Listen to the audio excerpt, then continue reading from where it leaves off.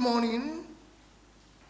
Let me respectfully request a moment of silence for MK Abiola and all those who sacrifice for our independence and our struggle for democracy and a better country.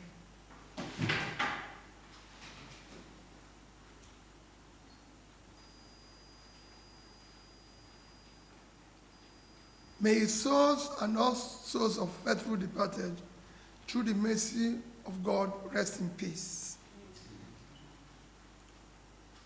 Today, June 12, is slated as Democracy Day. Most unfortunately, in our present state, our dear country, Nigeria, cannot be justifiably classified as a democratic country. The vital indicators of democracy are noticeably absent. Some do not even exist. Democracy is said to be a government of the people, by the people, and for the people. Yet, none of these three measures exist in our democracy today.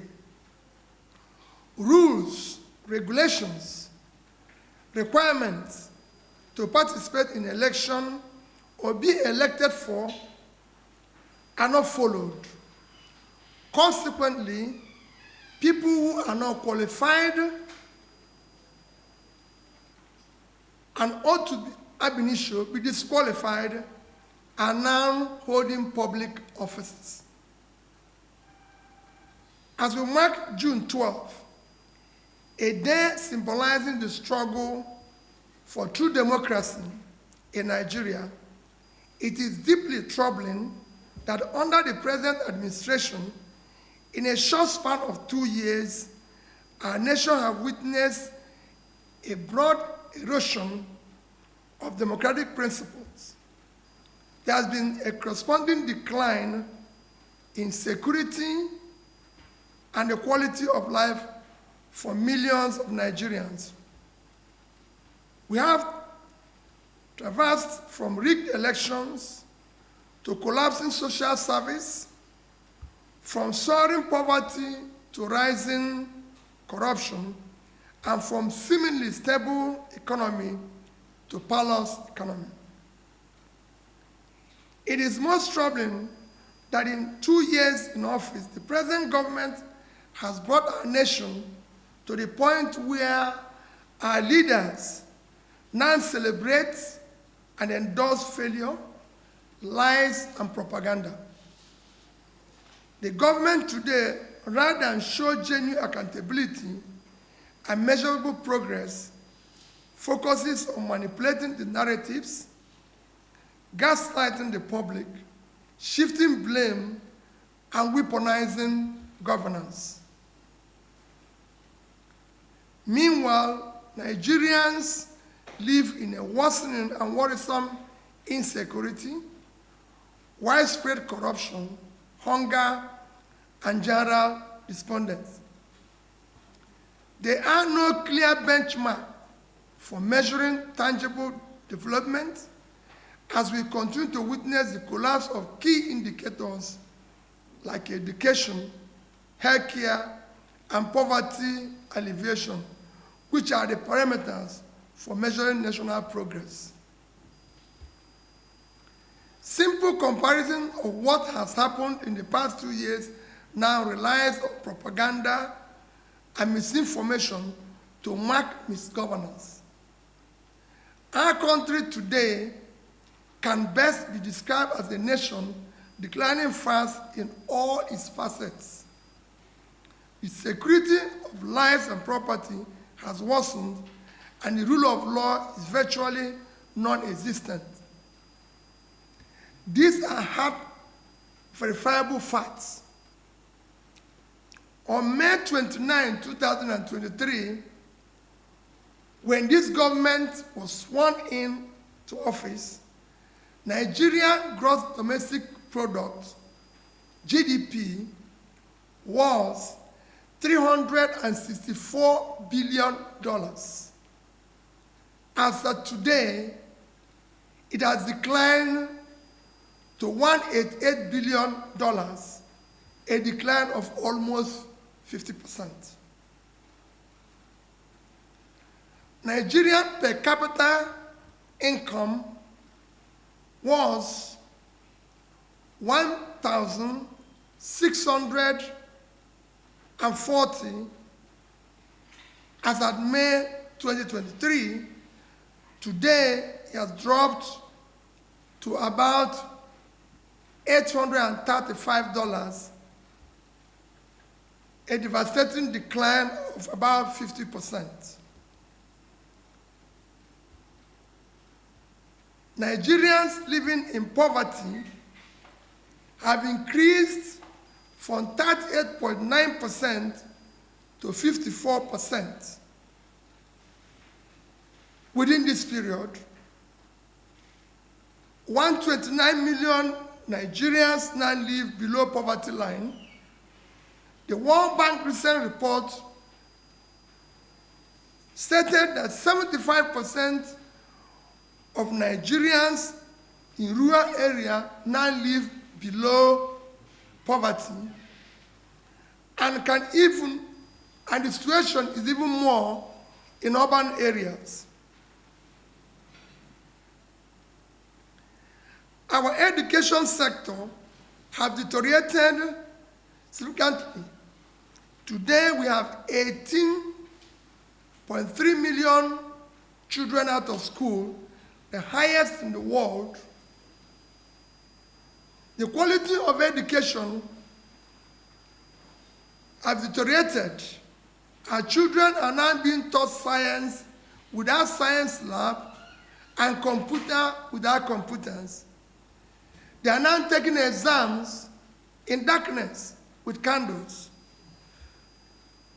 There's not even glitches in the exams. Health services have worsened drastically. The National Primary Health Care Development Agency declared that less than 20% of over 30,000 primary health care centers across the nation are functional. I've even recently visited some where there are delivery rooms without toilets. The United Nations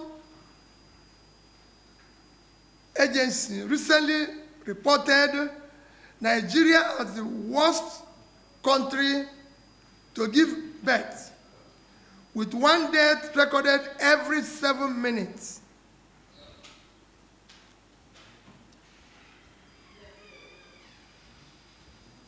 Nigerian businesses continue to collapse at an alarming rate. Within these 2 years, approximately 7 million micro, small, and medium enterprises shut down and folded up across the country. Over 80 manufacturing companies have permanently closed their operations. Funding costs of raw materials and energy costs have surged to an incredible level, making these manufacturing companies to close down. Over 15 major multinational companies, including GlaxoSmithKline, Beecham, Diageo, Procter & Gamble, to name a few, have exited due to harsh operating environments. A hunger crisis arising from food insecurity has deepened in these 2 years.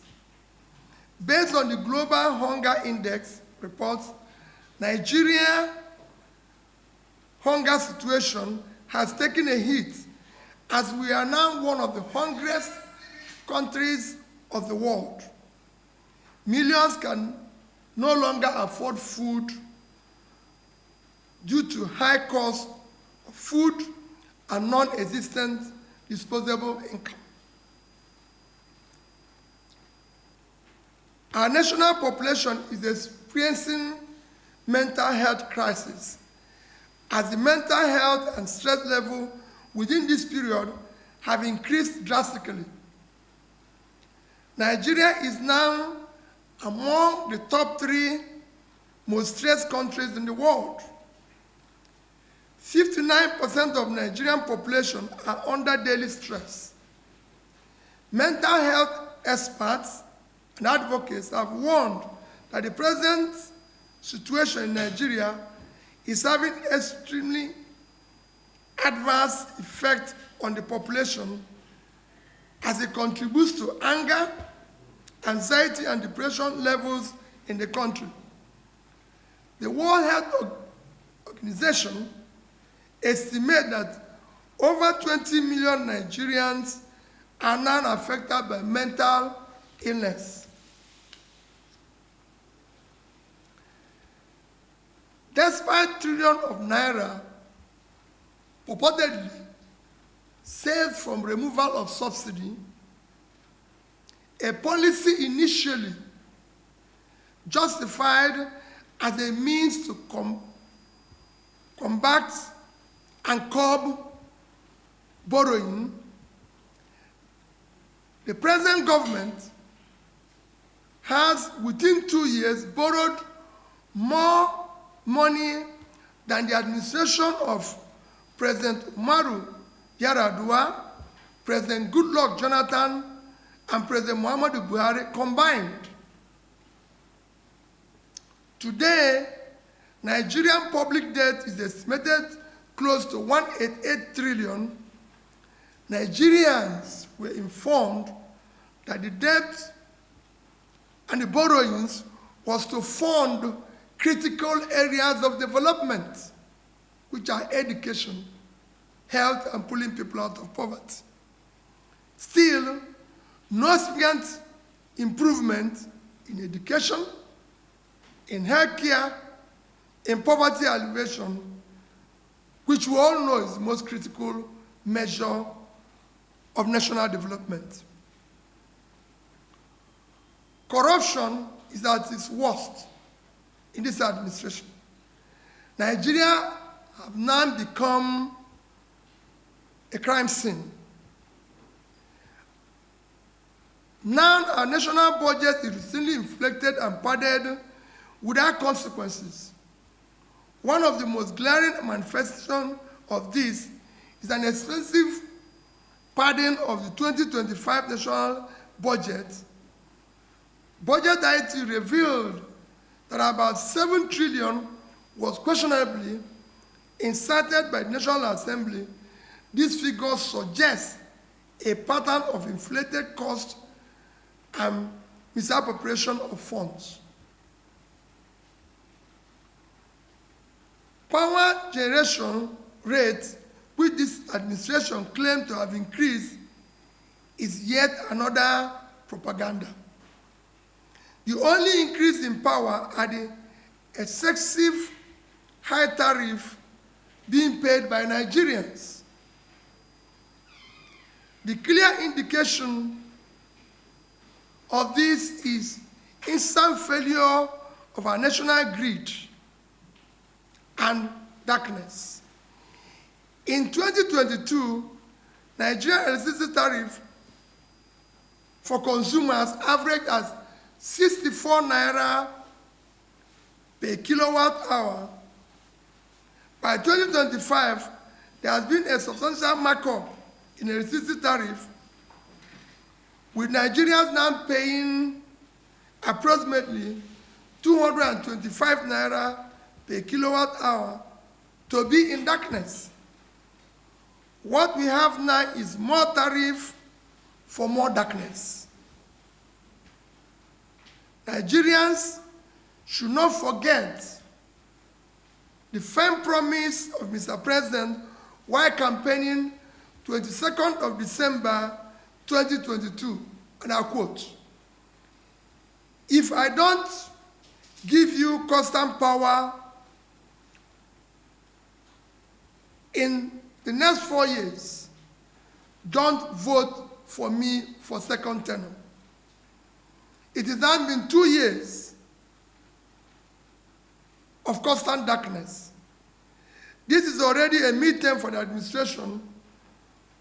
We look forward to when he will fulfill this his categorical promise. Unemployment remains alarmingly high. Although government has attempted to manipulate the statistics to suit its narrative, the reality is that unemployment is worsening, especially among the Nigerian youths in their productive age. Majority of Nigerian youths are not in education, in employment, or training category 8. Multiple reputable organizations, including International Labour Organization and the United Nations Development Programme, have cautioned against reliance on the nation's data as they are inconsistent with the reality on ground. The ILO has noted that Nigerian youth unemployment and underemployment rates remain dangerously high. There are also on the government reporting on unemployment figures without addressing the underlying challenges, as the revised figures do not reflect the hardship in the labor market, which is over 40%. Finally, I respectfully appeal to President Tinubu to emulate late President Umaru Yar'Adua, who had, on assumption of office, was honest enough to admit that the process that brought him into office was wrong and not sufficiently credible, and thus insist on doing what is right to save our democracy. And similarly, President Goodluck Ebele Jonathan, who saved our nascent democracy by accepting defeat even before the election results were announced. We must end this troubling governance era that is filled with impunity, state capture, absolute regard to rule of law, and checks and balances required for worthwhile democracy. Accordingly, this administration must start upholding the rule of law and ensure there is transparency and real progress to the people. The president should stop touring outside Nigeria and use the remaining 2 years to tour the Nigerian state. Mr. President, you have already made over 30 international trips, spending over 150 days outside Nigeria. If you tour Nigerian states an average of 2 days each, it will only be about 72 days, which is half of the time you spent outside on foreign trips. You must then go around Nigeria to see for the first hand what your citizens are going through. It is time to stop governance by remote control. We must endeavor forthwith to end insecurity and resettle all Nigerians living in internally displaced persons camps. It is unacceptable that millions of our fellow citizens remain in the displaced camps in their own home state and fatherland, while the rest of us live in comfort and in some cases, opulence. Allow the electoral body in the country to truly be independent. The very agency that is supposed to serve as an independent electoral body for Nigerian elections has lost its neutrality and credibility and now operates as an extension of APC government, thus undermining democracy, eroding public trust, and turning elections into endorsements rather than credible contests. Aggressively tackle economic problems by expanding agricultural and manufacturing productivity through measures that will secure our farmers to go back to farms and reduce production costs for manufacturers in order to boost productivity, employment that will in turn contribute to national growth and generate even more revenue for the government.